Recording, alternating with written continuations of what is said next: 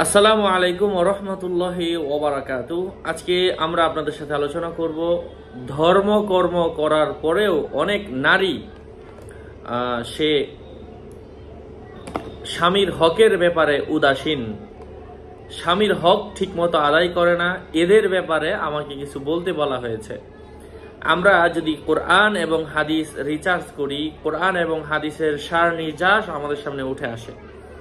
তো এখান থেকে আমি যতটুকু বুঝতে পারছি, আল্লাহ তাআলা পবিত্র কালামুল্লাহ মাজিদের মধ্যে ইরশাদ করেন, ওয়াইলুল লিল মুতাফফিফিন আল্লাযীনা ইযা তালু আলান নাসি ইস্তাওফুন। আমি আজকে তাফসীরের ক্লাস করেছি, তো ওখানে এই আয়াতটা আমি আজকেও পড়িয়েছি। আলহামদুলিল্লাহ আজকে আলোচনার মধ্যে এটা চলে আসলো। তো এর আয়াতের ব্যাখ্যার মধ্যে আপনারা যদি দেখেন, তাফসিরে মারিফুল কোরআন, তাফসিরে তাওজিহুল কোরআন, এই জাতীয় আরো যে কিতাবগুলো আছে, তো এখানে আপনি যে ব্যাখ্যাটা পাবেন, যারা মাপের মধ্যে কারচুপি করে তাদের জন্য ধ্বংস। এই আয়াতের পরবর্তী কয়েকটা আয়াতের মধ্যে আল্লাহ তাআলা কঠিন হুঁশিয়ারি দিয়েছেন, এবং ওয়াইলুল লিল মুতাফফিফিন, যারা মাপে কারচুপি করে তাদের জন্য ধ্বংস, তাদের জন্য তাদের ভবিষ্যতে খারাপ রয়েছে, পরকালেও শাস্তি, আখিরাতেও শাস্তি রয়েছে তাদের জন্য। তো মাপে কারচুপি করা, এর সাথে এই কথার তুলনা কি, এটা বলার উদ্দেশ্য কি?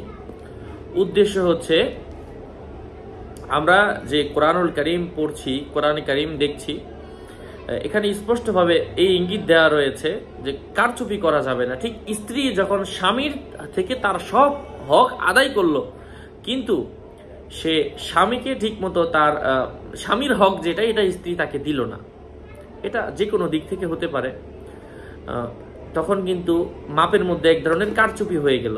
নেওয়ার সময় দিল, দেওয়ার সময় দিল না।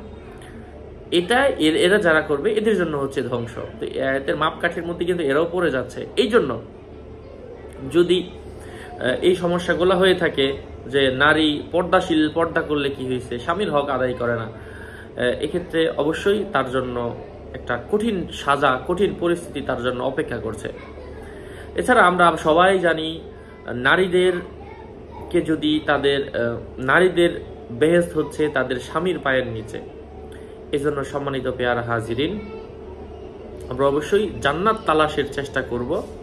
আল্লাহ তাআলা আমাদেরকে বোঝার তৌফিক দান করেন। আরো আপডেট পেতে আমাদের সাথেই থাকবেন, সুস্থ থাকবেন, ভালো থাকবেন। আমাদের চ্যানেলটি সাবস্ক্রাইব করতে ভুলবেন না।